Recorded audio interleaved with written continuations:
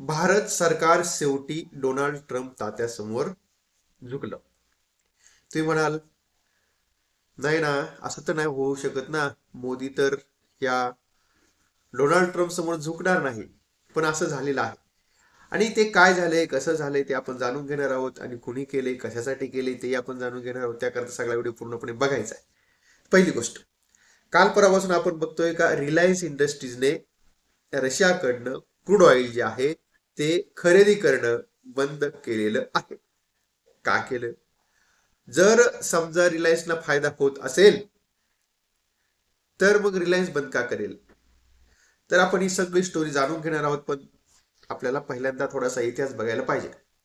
आपल्या सर्वांना माहिती आहे, आता हे जे महाशय आहेत हे आपले आहेत डोनाल्ड ट्रम्प भाऊ.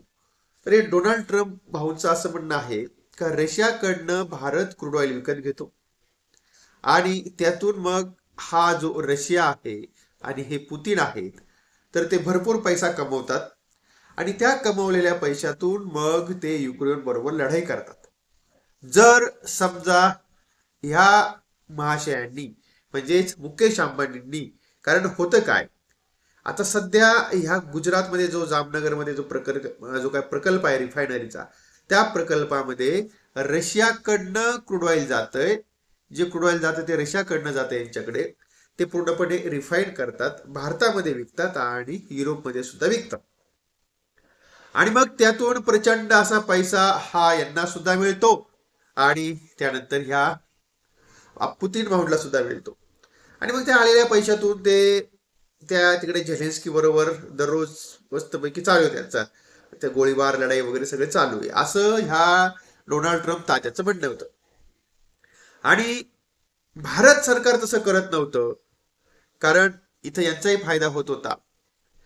आणि त्यामुळे मग शेवटी हे डोनाल्ड ट्रम्प तात्या वैतागले. त्यांनी असा विचार केला, अरे बाबा हे तर ऐकत नाही, मग लावा यांच्यावरती 50% टॅरिफ.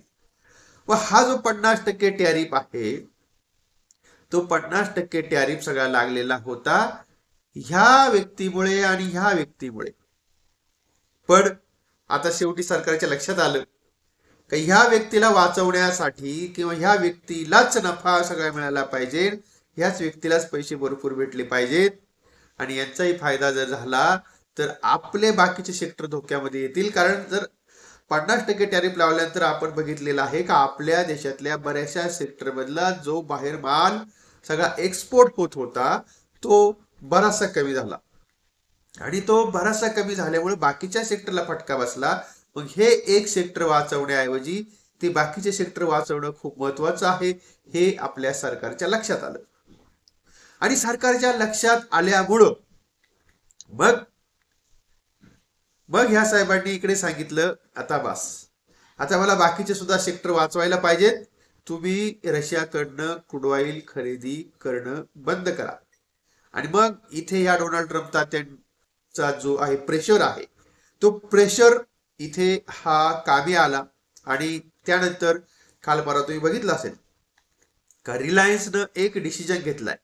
डिसिजन असा घेतलाय का रशियाकडनं क्रूड ऑइल खरेदी बंद करायची.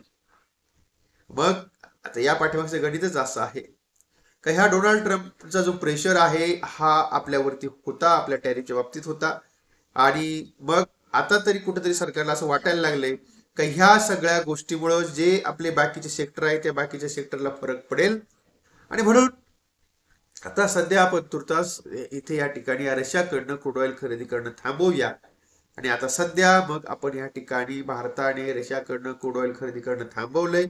भारताने म्हणजे भारतातल्या काही सरकारी कंपन्या खरेदी करत होत्या आणि पण सगळ्यात जास्त वाटा होता या रिलायन्स ग्रुपचा, अर्थात मुकेश अंबानींचा. आणि मुकेश अंबानींना सुद्धा मग सरकारने मनवलं असेल आणि ह्या डोनाल्ड ट्रम्पचं जे काय होतं म्हणणं का रशियाकडनं तुम्ही क्रूड ऑइल खरेदी करू नका, आणि ते म्हणणं त्यांनी सार्थ करून दाखवले. आता बघू याच्यावरती आता आपल्याला जो का टॅरिफ आहे, आता घोषणा होणं बाकी आहे अजून, तो टॅरिफ कमी करतील म्हणून. पण आता म्हणजे एक पाऊल जे आहे आपण म्हणतो भारताने पुढे टाकलेलं आहे का, म्हणजे जी गोष्ट डोनाल्ड ट्रम्पला पाहिजे त्यासाठी एक पाऊल भारताने पुढे टाकलंय. आता त्या गोष्टीवरती मग हे आता डोनाल्ड ट्रम्प काय रिस्पॉन्स करतात ते पाहणं गरजेचं ठरेल. पण आता सध्या तरी हे भारतावरील टॅरिफ कमी करण्यासाठी भारताने उचललेलं हे सर्वात मोठं पाऊल आहे.